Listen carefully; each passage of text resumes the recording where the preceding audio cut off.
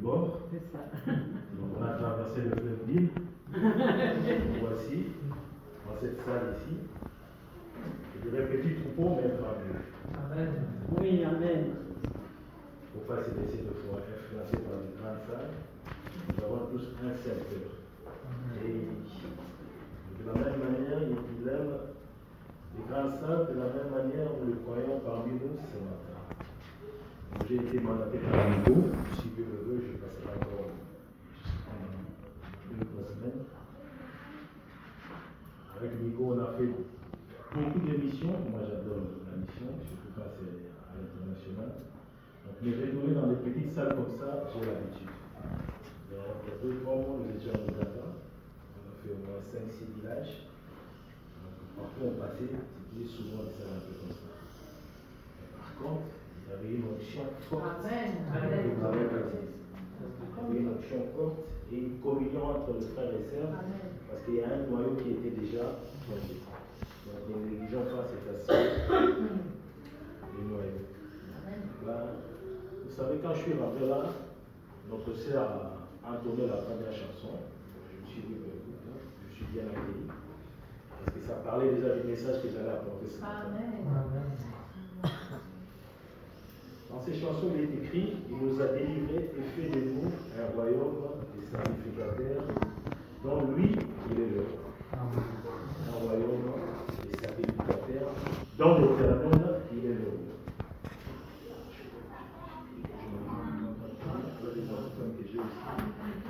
Dont l'Éternel, il est le roi. La Bible dit quelque part aussi, heureux le peuple dont l'Éternel est le roi. Donc aujourd'hui, on parlera du roi. Le roi qui est au-dessus de tous les rois. Ce roi, nous connaissons tous son nom. Il s'appelle Yeshua Mashiach. Jésus-Christ, notre Dieu. Sans plus tarder, nous allons prendre notre premier verset. Dans le livre de Matthieu, chapitre 6, verset 10. Ne vous inquiétez pas, ce n'est pas la prière de notre Père que nous allons parler. J'ai juste pris un seul verset pour introduire le message d'aujourd'hui. Il y aura une partie introductive. Voilà, on peut voir plus loin dans les larges ce qui signifie le thème de ce matin. Nous allons aussi conclure et prier après.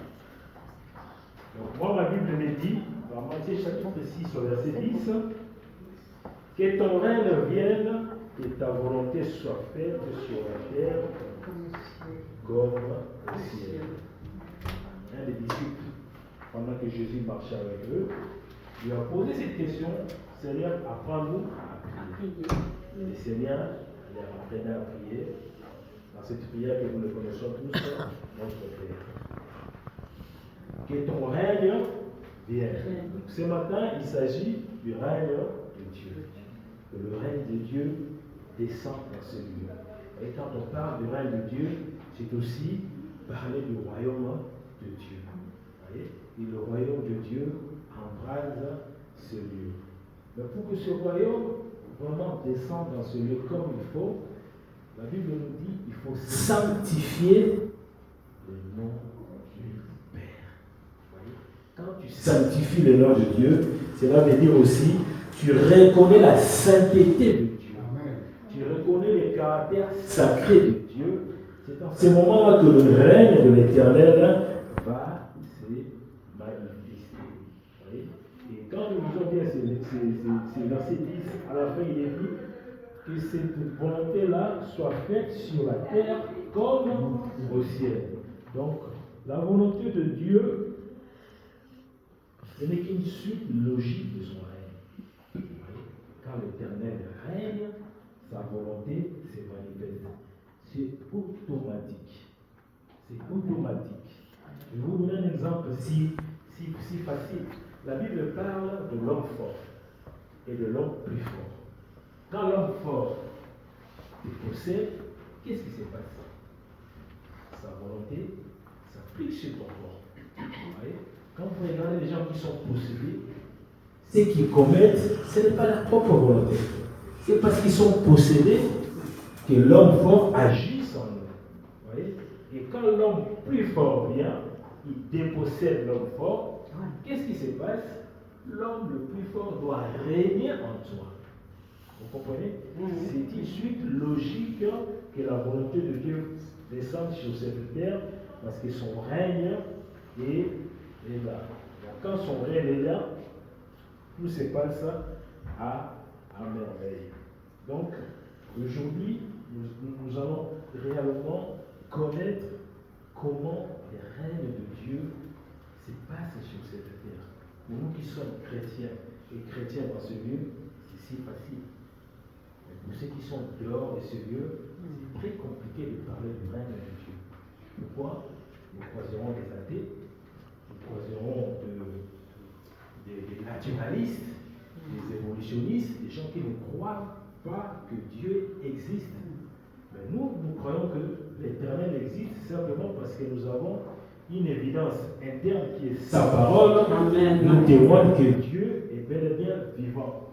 Au-delà de cette parole, nous avons encore ce qu'on appelle des évidences externes, qui est la nature. La Bible dit la nature ne nous enseigne-t-elle pas? Rien qu'en regardant la nature, nous comprenons que l'Éternel existe. Ce n'est pas l'explosion de Big Bang qui a créé tous ces problèmes.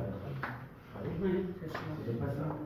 C'est parce qu'il y a un créateur du ciel et de la terre qui a créé la nature.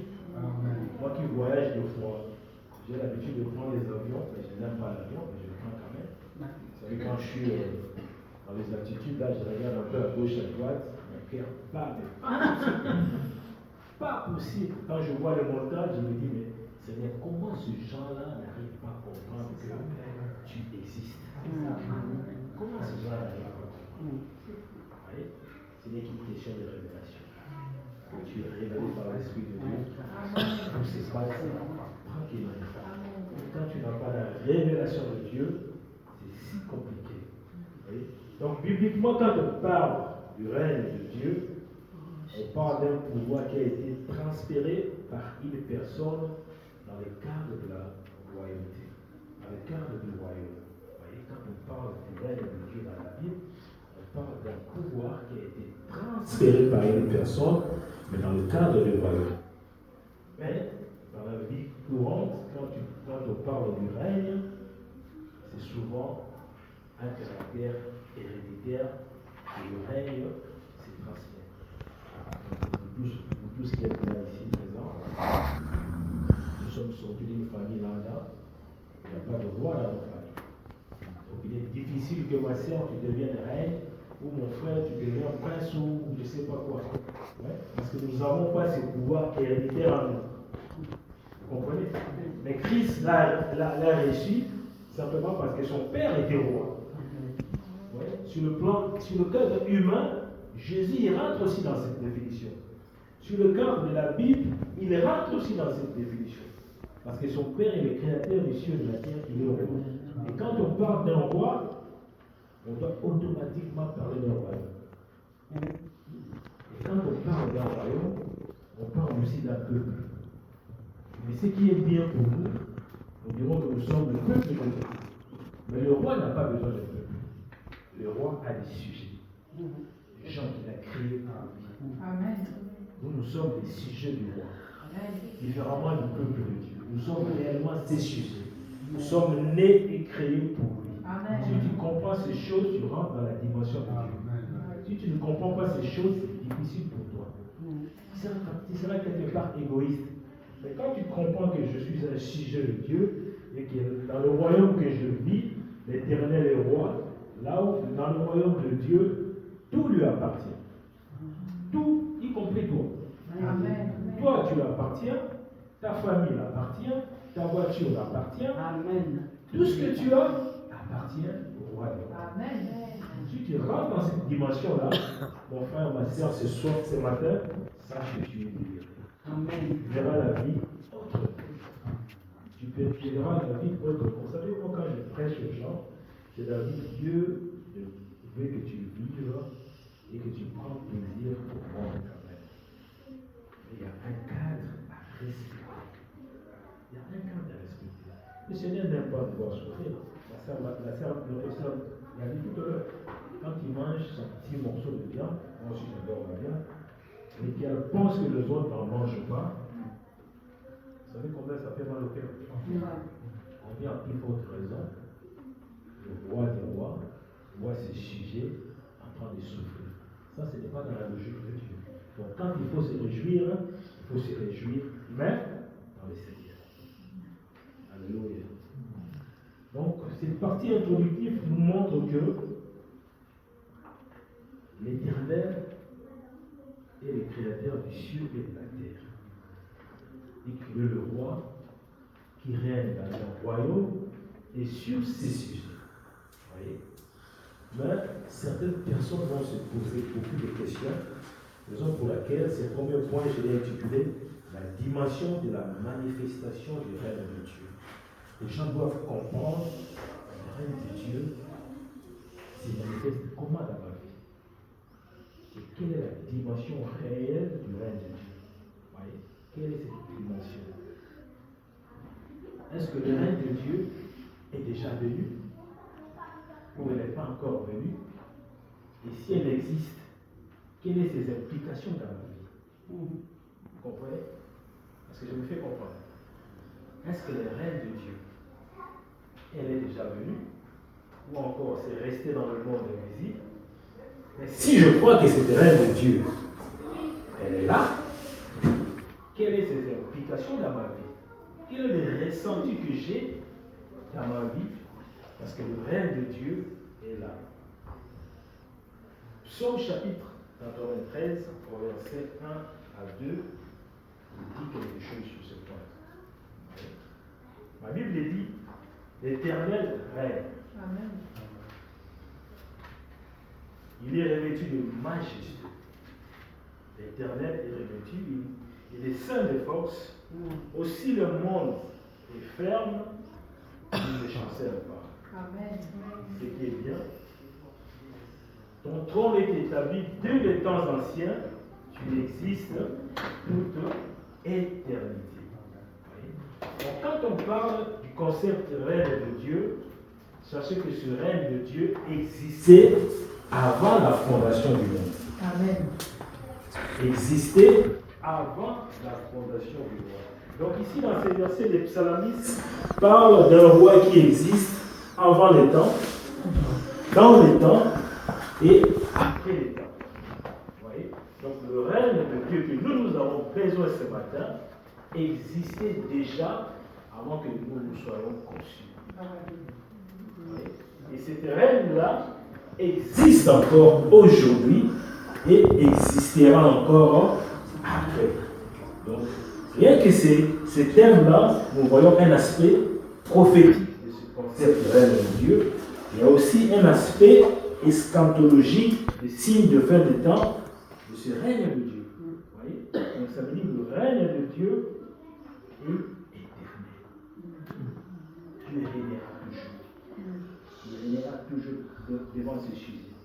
Il régnera toujours sur ce monde, même si nous savons que dans ce monde, les anges dessus ont été jetés sur cette terre. Hier, j'avais ma fille au téléphone. Elle m'a dit, papa, elles sont pas contentes. Elle m'a dit, papa, quand tu écris monde, quand tu l'inverses comme ça fait deux mots. Je dis, ouais, je sais. Mais ça veut dire quoi ça? Ah, donc tu cherches le problème, laisse-moi tranquille. Je dis, mais non, je veux juste savoir. Quand tu écris monde, ça vous est arrivé d'essayer de réfléchir, c'est ça, non? Monde, ça fait quoi? Deux mots. Moi, je n'avais pas encore les réponses à la venir à ce moment. Je me suis dit, écoute, comme elle est aussi dans la gueule, je vais essayer de répondre quand même. Je dis, écoute, un monde, d'un monde, je dis, mais c'est si simple. Ça veut dire, si tu te confies à ce monde, ta place c'est à l'enfer. Ma fille, ta place c'est en enfer. Simplement parce que celui qui dirige ce monde, c'est bien le diable. Le diable n'est pas dans le ciel. Il a été jeté, lui et le démon déchu, c'est ce monde. Les anges de l'Éternel habitent le ciel. Quand ils viennent sur cette terre, c'est pour accomplir une mission donnée. Mais les anges dessus, les démons, habitent la terre. Et ils sont sur cette monde. Et ils se réjouissent au milieu de nous. Raison pour laquelle le monde est bourré de problèmes. Je ne sais pas si elle était satisfaite, mais je pense qu'il y a quelqu'un qui lui a posé cette question. Elle est allée donner sa réponse.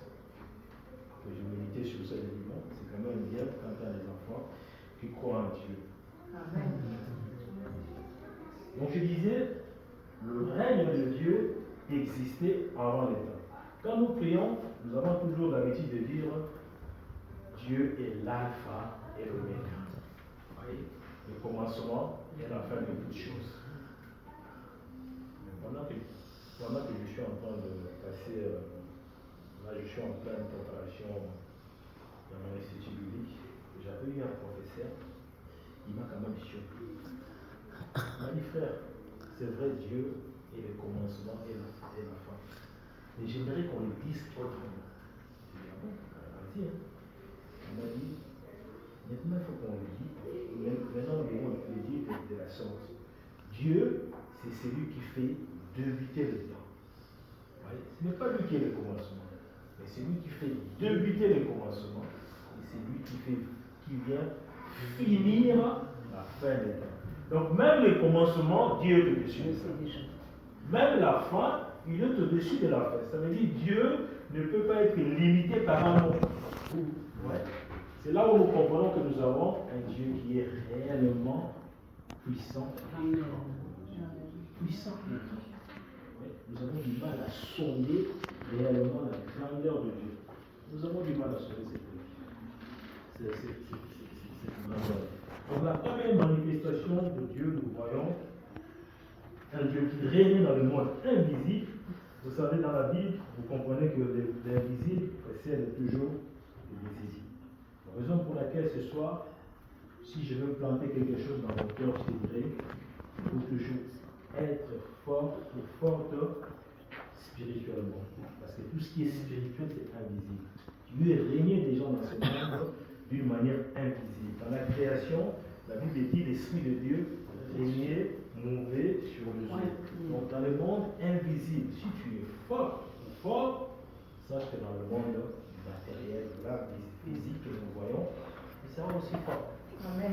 Exactement parce que l'invisible précède le visible. Amen. Tout ce qui est invisible, c'est fait avant que le visible soit créé. Amen.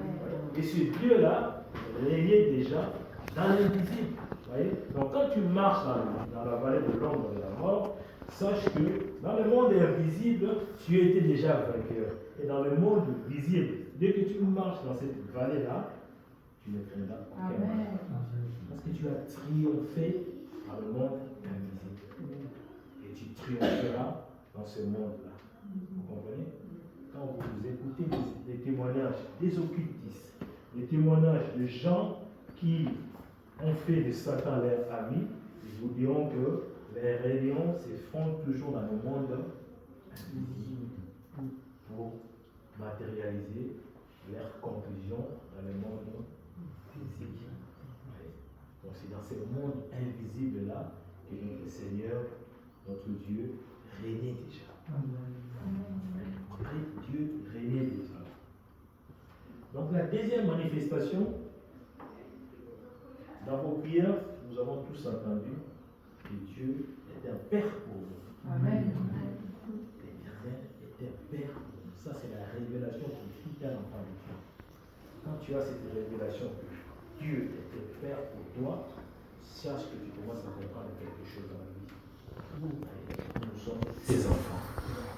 Et le fait que Dieu était un Père pour nous, il voulait aussi que son règne soit partagé avec ses enfants. Il voulait régner à travers l'humain qu'il avait créé. Donc quand nous lisons dans Genèse 1, nous voyons que Dieu créa un humain, et dans cet humain-là, il avait mis déjà deux corps, je dirais. Dieu créa Adam. Et dans Genèse 2, nous voyons que Dieu a pris la côte d'Adam pour créer Ève qui était sa femme.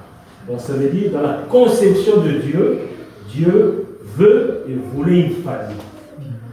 Dieu a toujours voulu une famille. Amen. Raison pour laquelle il est Père. Amen.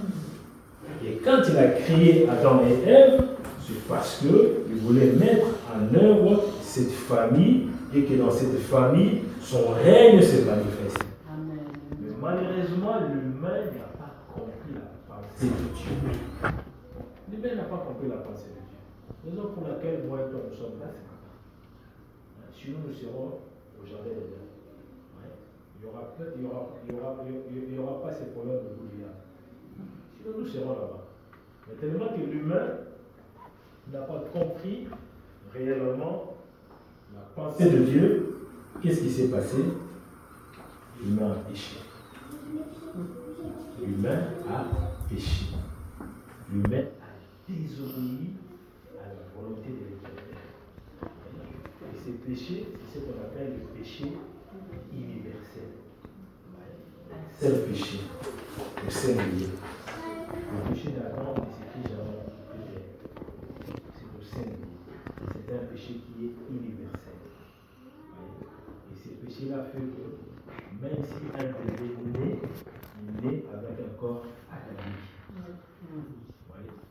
Le bébé naît avec un corps adamique. Il est né dans le péché de Dieu. Pourquoi? Parce que nos parents ont péché. Et quand tu regardes la Bible, tu verras qu'il y a deux catégories de personnes. Le premier Adam et le second Adam. Amen. Donc nous tous, nous devons naître d'Adam d'abord. Quand tu es né d'Adam, ensuite tu naîtras de Christ. Quand tu restes dans Adam, c'est pas bon pour toi. C'est pas bon pour toi. C'est l'enfer pour toi. Quand tu restes d'Adam, c'est pas bon. On est tous d'Adam, mais on est encore de Christ, c'est ce qu'on appelle la nouvelle naissance, pour que nous soyons sauvés. Donc, moi et toi, ce matin, nous sommes sûrs de notre salut, parce que nous sommes nés de Christ. Plus loin, qu'est-ce que je pourrais encore dire en parlant des démons, des gens? Il y a certaines personnes qui sont nées des anges péchés. Vous connaissez cette histoire? Il y a certaines personnes qui sont nées des anges dessus. Les anges que l'Éternel avait chassés du ciel, qui sont allés s'accoupler avec les femmes, et ils ont fait des enfants qu'on appelle des géants.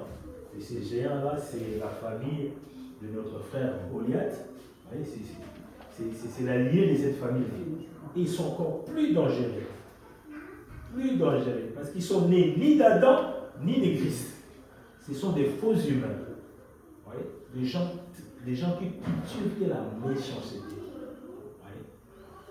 Donc, quand nous connaissons cette catégorie aussi de personnes, fait de nous des gens et des personnes aguerries en Jésus-Christ. Donc, je continue toujours sur ce message que je méditais depuis hier soir. J'avais prévu. Je vais vous dire, c'est que ça fait un mois que je savais que je devais être là. Donc, j'avais déjà plusieurs prédications. Hier matin, c'est là où je commençais à dire il faut que j'apporte quelque chose de nouveau. Je ne vais pas prendre quelque chose que j'ai déjà prêché hier. Je vais essayer d'utiliser un message quand même nouveau. C'est là où cette pensée du règne de Dieu me vient. Et je commençais à méditer. Merci ma sœur pour la confirmation par ce chant. C'est là où je dis non. En tout cas, Dieu veut que je parle de ça aujourd'hui. Donc, nous comprenons que notre Dieu est un Dieu qui règne avant les temps, dans les temps et après les temps. La deuxième manifestation, nous voyons que Dieu a utilisé l'homme qu'il a créé à son image pour que son règne se manifeste. Et la troisième manifestation de ce règne de Dieu, je dirais que Dieu a regardé la souffrance de l'homme. Après le péché d'Adam et Ève, qu'est-ce qui s'est passé? Il y a eu plusieurs choses qui se sont passées. Noé est venu, le prédicateur de la justice. Rien à aller. Le péché continue toujours à battre sur ce monde. Abraham est venu, beaucoup de gens sont venus. Dieu n'avait pas encore un peuple. Dieu utilisait des humains comme toi et moi. Raison pour laquelle il ne faut pas être complexé parce que Dieu n'a pas commencé avec le peuple. Quand Dieu a commencé dans sa création, il utilisait des personnes comme toi et moi. Dieu prenait une personne, Dieu s'en foutait Dieu ne voulait même pas regarder comment on appelle, l'origine de cette personne. Dieu prenait des humains comme toi et moi. Dieu prenait mon frère, le nom m'échappe encore. Je sais que ça viendra. Dieu prenait aussi mon frère, Dieu prenait ma soeur, et il travaillait avec eux. Ce n'est qu'après Isaac enfanta Jacob, ce n'est qu'à partir de Jacob où Dieu a eu l'idée de se faire un peuple. Vous voyez, le peuple hébreu a commencé à l'époque de Jacob. Le peuple qui est passé avec Israël a commencé à cette époque-là. Avant cette époque-là, Dieu n'avait pas de peuple. Dieu n'avait pas de peuple. Regardez dans la Bible ici, il y avait toujours des noms. Un tel, Moïse, Abraham, Noé. Ouais, il n'y avait pas de peuple. Jusqu'à ce que Isaac a enfanté Jacob. Pourquoi Isaac? Parce qu'Isaac c'est un fils de l'alliance. Il a été circoncis le 8e jour. C'est là où l'alliance de Dieu commençait. Et ce n'est qu'à ce temps-là que Dieu a choisi Israël comme son peuple. Et vous verrez la Bible, ce peuple de l'autre, comment Dieu s'est manifesté dans leur vie. Maintenant, la troisième manifestation, nous le lisons dans 1 Corinthiens chapitre 15, verset 24 à 26, ce qui va nous réjouir, moi et toi, ce matin. Qu'est-ce que la Bible dit? La Bible nous dit, ensuite viendra la fin, quand il remettra le royaume à celui qui est Dieu et Père. Dieu a toujours voulu être le Père de ses enfants. Après avoir détruit toute domination, toute autorité et toute puissance, car il faut qu'il règne jusqu'il ait mis tous les ennemis sous ses pieds. Le dernier ennemi qui sera détruit, c'est la mort. Car il faut qu'il règne. Qui doit régner? Que Dieu a remis toute autorité sous ses pieds. C'est Christ, le roi des rois. C'est Christ, le roi des rois. Ça, c'est la troisième manifestation du règne de Dieu. Dieu maintenant voulait régner par son Fils afin que le monde soit racheté par lui. Afin que le monde soit racheté par lui. Et ce Christ-là est venu créer ce qu'on appelle le ministère de la réconciliation. Amen. Christ a réconcilié la terre et le ciel. À travers Christ, nous avons la réconciliation entre Dieu, qui est notre Père, et nous, qui sommes le descendant du premier Adam. C'est Christ qui est cet intermédiaire. À travers Jésus-Christ, maintenant, nous avons ce qu'on appelle l'accès libre au Père. Amen. Tu ne peux venir par Dieu que par Christ. Il n'y a pas un autre chemin. Il n'y a pas un autre chemin. Dans mon lieu de travail, j'ai tellement de musulmans, quand ils m'énervent, je leur dis clairement, j'ai pitié de vous. Je pense qu'il n'y a pas un autre chemin. Un autre chemin. Aujourd'hui, vous ne me croyez pas, mais un jour, vous me croyez.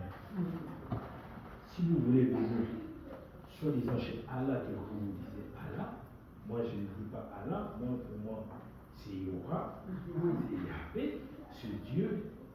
Vous devez passer que par Christ. Le Christ que vous appelez prophète, sachez que c'est le Seigneur des Seigneurs. Si vous ne passez pas par ce chemin-là, vous ne serez pas sauvé. Vous ne serez pas sauvés. Même si cela vous fait mal, mais sachez-le que c'est comme ça, c'est une réalité et une vérité. Amen. Vous voyez? Dès Corinthiens chapitre 5, verset 18, la Bible dit, et tout cela vient de Dieu qui nous a réconciliés avec lui par Christ et qui nous a donné le ministère de la réconciliation, comme je viens de le dire tout à l'heure là.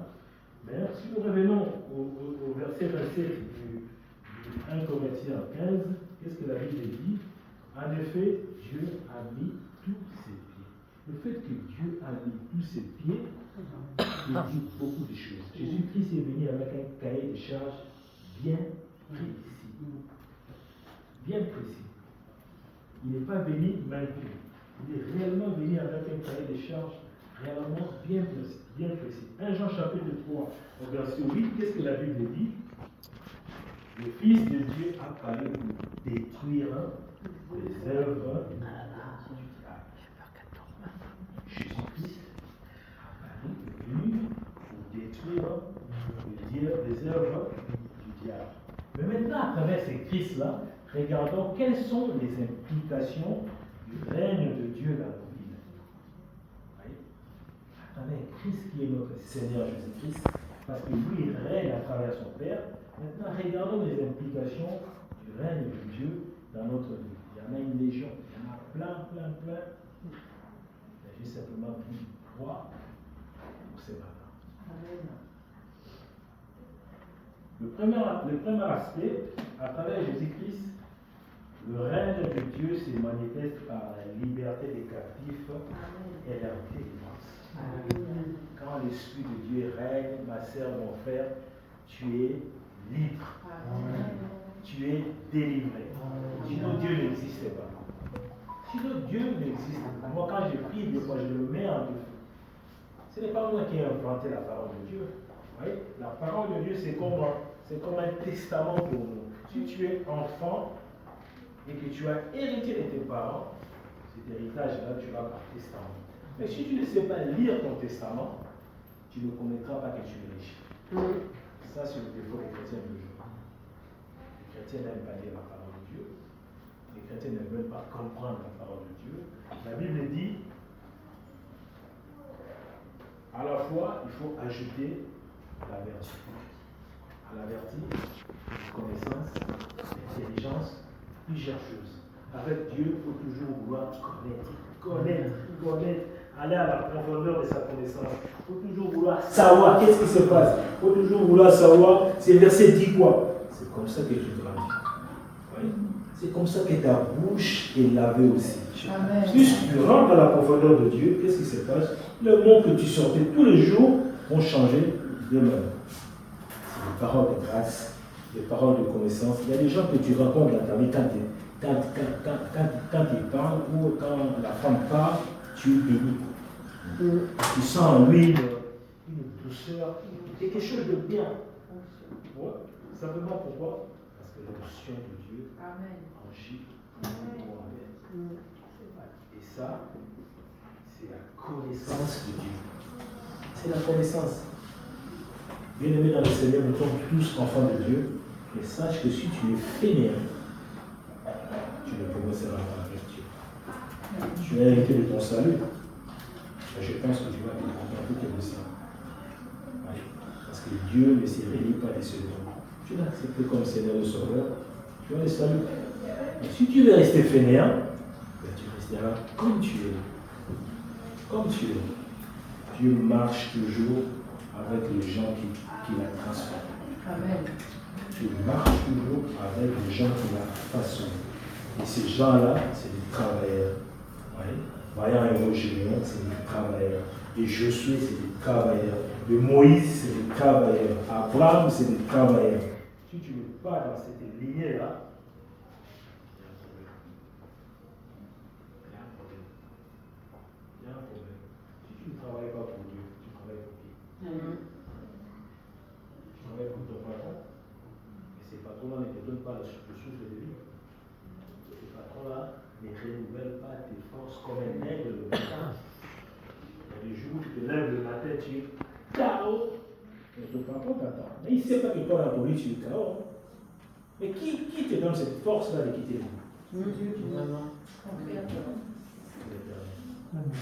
il y a une place providentielle pour Dieu dans le cœur. Il y a une place pour lui. Luc chapitre 4, verset 18, ça c'est le cahier de charge de Christ de Dieu. C'est le cahier de charge que Christ a ramené sur cette terre. L'Esprit du Seigneur est sur moi, parce qu'il m'a envoyé pour annoncer une bonne nouvelle aux pauvres.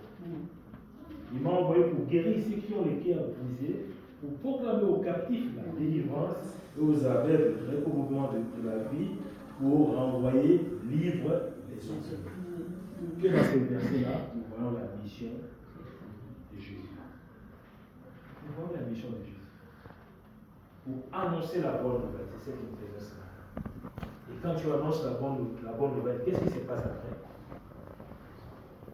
Qu'est-ce qui se passe après? Bien aimé dans le Seigneur, la parole de Dieu a une puissance terrible. Quand elle est annoncée, les miracles s'accomplissent. Amen. Ce n'est pas le miracle qui fait de la parole de Dieu la parole, non. Mais les miracles accompagnent la parole. Il faut que la parole soit annoncée, il faut que Christ parle pour que le miracle s'accomplisse. Il faut que la parole soit annoncée pour que ta foi grandisse. Si la parole n'est pas annoncée, c'est terrible. Donc la deuxième implication du règne de Dieu, je dirais, quand il y a le règne de Dieu, le royaume de Dieu, au-delà de la délivrance, ce qui se passe, c'est que il y a ce qu'on appelle la nouvelle naissance. Les gens qui ont été délivrés, qui ont quitté de la mort à la vie, reçoivent la nouvelle naissance. Amen. Reçoivent la nouvelle naissance. Là où Dieu règne, les gens doivent être sauvés. Amen. Amen. Je me fais comprendre. Là où Dieu règne, les gens doivent être sauvés. Et si vous regardez de l'introduction jusqu'à maintenant, vous voyez que dans ma suite logique, l'homme n'a pas encore eu une responsabilité. On lui avait donné la chance de régner par Dieu, mais il a désobéi. Là, c'est Christ qui est dans l'action. Là, c'est Christ qui est dans l'action. Notre Seigneur et Sauveur. C'est lui qui est dans l'action. La nouvelle naissance. Il fallait que son sang coule. Il fallait qu'il se substitue à notre place à la croix pour que moi et toi nous soyons sauvés, nés de nouveau. On ne naît pas né de nouveau deux fois. Ça, c'est une fausse théorie. On est né de nouveau une seule fois. Une seule fois. Né de l'esprit. La nouvelle création. Et ce qui se passe après, parce qu'il y a certains chrétiens qui ont du mal à comprendre la parole de Dieu, quand elle est convertie, née de nouveau, bien aimé dans le Seigneur, il faut être patient avec lui. Patient avec lui. Il y a une étape à suivre. Il y a une étape à suivre. Cet homme a été délivré. Cet homme a cru en Jésus-Christ. Il faut lui laisser le temps de la conversion aussi. Amen. La conversion, ce n'est pas la nouvelle naissance. Cette personne doit se convertir de ses petits bobos, de ses petites maladresses, doit comprendre que m'énerver tous les 2 minutes, ce n'est pas bon. Parler mal, crier sur les gens, ce n'est pas bon. Ce n'est pas parce que tu es né de nouveau que tu ne vas plus crier sur les gens. Non, ça n'a rien à voir. On est né de l'esprit. Mais qui a suivi une transformation par la connaissance de la parole. Par le renouvellement de la parole, c'est ton cœur qui subit une transformation. Donc, quand vous voyez un chrétien, des fois, a des agissements un peu compliqués, soyez patient. Amen. Il ne faut pas le juger dessus. Ah, lui là, dès que tu parles un peu, il s'endort. Ça, c'est son comportement. Petit à petit, c'est rapide.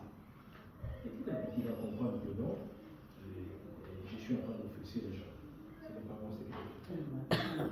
Petit à petit, cette conversion, le petit mensonge là, va partir par la conversion. Ces petits secrets là, tout ça, ça partira doucement. Doucement, et ça partira. Quand vous vendez la transformation. Il y a certaines personnes qui subissent aussi, par la grâce de Dieu, des transformations directes. Vous voyez, la personne a changé d'un coup. Ça, c'est la manie de Dieu. Dans le cas général, nous voyons toujours une chenille qui est en train de prendre la forme d'un papillon. Doucement. Il faut être patient. Donc je disais, la deuxième implication dans notre vie, c'est la nouvelle naissance. La nouvelle naissance. Ça, je dirais, c'est la plus grande magie de Dieu. Je peux prier sur toi, tu peux être guéri ce matin. Quand on parle de conversion, c'est l'Esprit de Dieu qui entre avec toi. Amen. Je peux crier ici, mais rouler par terre, mais transformer le cœur de quelqu'un, ce n'est que Dieu. Amen. Je suis en Ouganda, je me rappelle. C'est moi qui ai animé la réunion. C'est la seule grande salle qu'on a participé. Et je priais. Il y avait beaucoup de gens qui étaient à côté. On a imposé la main. Mais à la fin de la réunion, même pas à la fin, à la pause, avant la pause, j'ai fait un appel. C'est rare que moi je fais un appel. Je fais quand même un appel. Il y a eu 4 personnes qui sont sorties. 4 femmes. On a prié. Et pendant qu'on a pris la pause, ils sont venus donner leur témoignage. Mon frère, moi j'étais venu ici parce que vous m'avez été depuis des années à cause des choses. Et je suis venu juste pour voir réellement si ces dieux existaient réellement. Évidemment, il m'a dit oui. Mais en venant, en participant à la réunion, mon cœur a été touché, saisi. Je compris que je devais sortir de la coutume pour accepter Christ en tant que Seigneur et Sauveur. J'ai fait des missions, et la dernière là, ça m'a donné une force encore. Je me suis dit non. Si de mes yeux je commence à voir les conversions de Dieu, c'est qu'il y a une dimension qui commence à s'ouvrir. Ça, c'est la plus grande chose. Sinon, cette salle-là, il y aurait 100 personnes ici. On va aller chercher les 100 personnes. C'est bon, c'est là où tu comprends qu'il y a des luttes dans les sphères, il y a des luttes dans le monde invisible et dans le monde visible que nous devons combattre. Nous devons combattre pour essayer de gagner les âmes. Pour essayer de gagner les âmes pour le Seigneur. Donc la troisième implication dans notre vie, nous voyons aussi quand le règne de Dieu est là, c'est un règne d'amour. C'est un règne d'amour. Jean, chapitre 3, verset 16, tout le monde connaît ces versets par cœur. Car Dieu a tant aimé, il a donné son Fils, afin que quiconque croit en lui, qu'il ait la vie éternelle. Le règne de Dieu, c'est Dieu est amour. Qui connaît le fruit de l'esprit ici? Tous connaissons le fruit de l'esprit. Il y en a combien? Les élèves intelligents disent qu'il y en a 9. Peut-être qu'il y a encore dans la salle des élèves plus intelligents qu'elle. Il y en a combien? Il y en a combien? Le fruit de l'esprit. Moi aussi, quand j'ai faisais mes cours à l'IST, on m'avait appris qu'il y en avait 9. Si, pour ne pas vous déranger aujourd'hui, je dirais oui. Et si tu regardes bien ces versets, tu comprendras qu'il y en a qu'un seul. Avec 9 compartiments. L'amour, c'est L'amour. ce qui dépasse. Les fruits de l'esprit sont singuliers. Tu n'es pas obligé. Et c'est l'amour qui engendre les restes. Si tu n'as pas l'amour, ma sœur, que tu ne veux pas, tu ne seras pas patient. Non, tu ne seras pas patient. Ta patience aura des limites. Aura des limites. Si tu n'as pas l'amour, la bonté est difficile pour toi. Tu diras, oh, 2, 3 fois ceci. Ah, je ne veux plus te voir. L'amour supporte tout. Dieu est amour. Vous comprenez? Dieu est amour. Et dans Jean chapitre 13, verset 34, le règne de Dieu a fait que cet amour-là soit transporté dans notre Qu'est-ce qu'il dit la Bible? Je vous donne un commandement, aimez-vous les uns, comme je vous ai aimé, vous aussi aimez-vous les uns. Aimez-vous les uns, comme moi je vous ai aimé. Celui qui n'aime pas son prochain n'est pas de Dieu. Celui qui n'aime pas son prochain n'est pas de Dieu. Comment tu peux aimer le Dieu que tu n'as pas vu et la personne qui est créée à l'image de Dieu comme toi? Tu l'aimes. Moi-même, les musulmans m'énervent, mais je les aime. Je les aime. On n'est pas débordé. C'est la prédication quand c'est long, les gens sont fatigués. Maintenant, ta responsabilité doit être engagée. Christ a tout fait. Christ a tout fait. Il est mort à la croix, il est parti. Il a dit des choses très importantes pour toi et moi ce matin. Je vous ai donné le pouvoir de marcher sur les serpents et les scorpions. Amen, amen. Le règne de Dieu qui était en Christ, Christ nous a légué ce même règne de Dieu pour faire quoi? Pour devenir des sels de la terre et assaisonner ce monde. Amen, amen. Pour devenir des sels de la terre et assaisonner ce monde. Donc maintenant, toi, tu dois régner, tu dois être le témoin de la manifestation du règne de Dieu dans ta vie. Dans ta vie. Donc toutes ces implications-là que nous avons vues, il y en a encore plusieurs. Le règne de Dieu, comme je dis, c'est aussi un règne de la délivrance, de la guérison. Amen, amen. Mais tu dois le faire. Tu dois le faire. Tu dois le faire. Tu dois être capable de le faire. Tu dois grandir dans le Seigneur. Tu dois grandir dans le Seigneur. Le Seigneur, ce n'est pas simplement le culte de mardi, vendredi, dimanche, ciao, alléluia, je rentre dans le Seigneur. Non, parce que si tu ne vis pas la gloire de Dieu, c'est compliqué. En conclusion, Romains 5, verset 17, qui dit la Bible: si par l'offense d'un seul, la mort est régnée par lui seul, à plus forte raison, c'est qu'ils reçoivent l'abondance de la grâce et du don de la justice, régneront-ils dans la vie par Jésus-Christ, lui seul. Régneront-ils dans la vie par Jésus seul, lui seul. Ma sœur, tu dois régner. Mon frère, tu dois régner.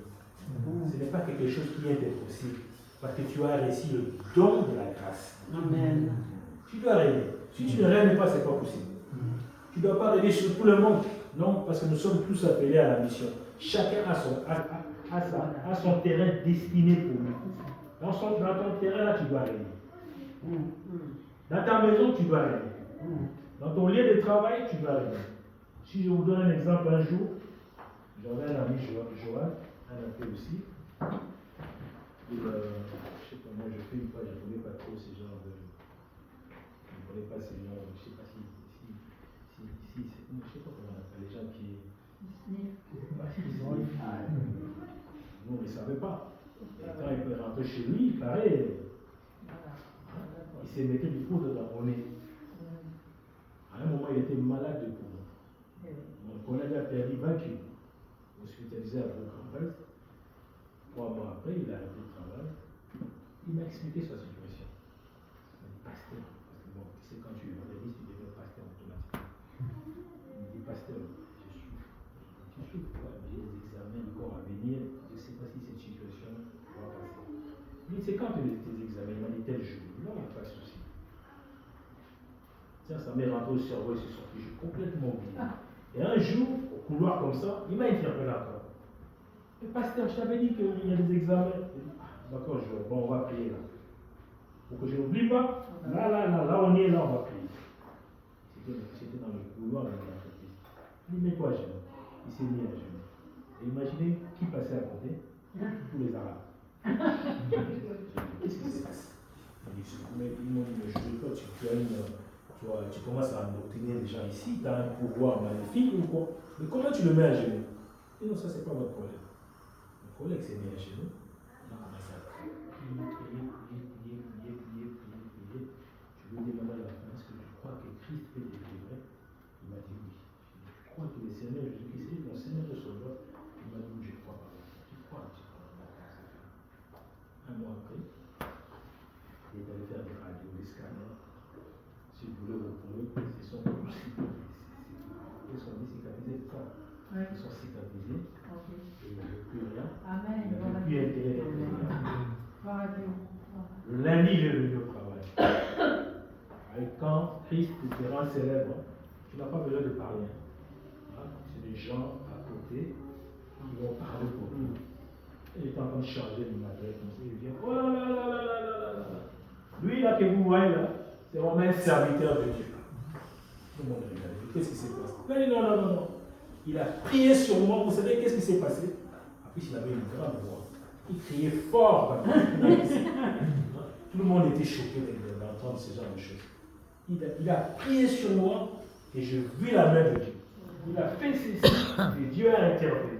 Vous voyez? Donc, rien que par le règne de Dieu, la conversion peut se faire. Pourquoi? Parce que Dieu doit se manifester. Dieu doit se manifester. Donc ce matin, prenez conscience de votre importance dans la vie. Prenez conscience de cela. Dieu compte sur vous. Amen. Si tu ne sais pas que l'Éternel compte sur toi, c'est grave. Il compte sur toi. Simplement pourquoi? Parce qu'il t'a équipé. Nous sommes tous équipés. Gloire à Dieu, merci. Tous.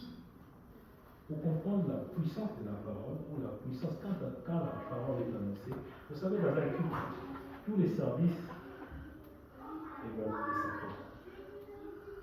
Mais quand le moment de la parole vient, je suis censé parler de Dieu. Qu'est-ce qui se passe? Encore aujourd'hui, ici, félicitations, vous avez tous les yeux ouverts. Parce que certains sont libérés. Pendant qu'on chante, les gens les dorment pas. Au début du culte, les gens ne dorment pas. Même dans la prière, les gens ne dorment pas. Vous comprenez? La prière ne sauve pas. Les gens ne dorment pas. Dès que la parole arrive, les assouplissements viennent. Le dérangement vient. Le diable n'est pas content. Il commence à échiter.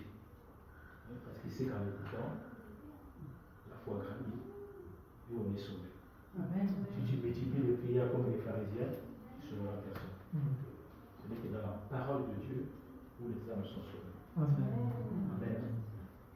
Alors, le Seigneur. Je ne vais pas prendre beaucoup de temps. Je m'arrête là. Est-ce qu'il y a des nouveaux dans cette salle?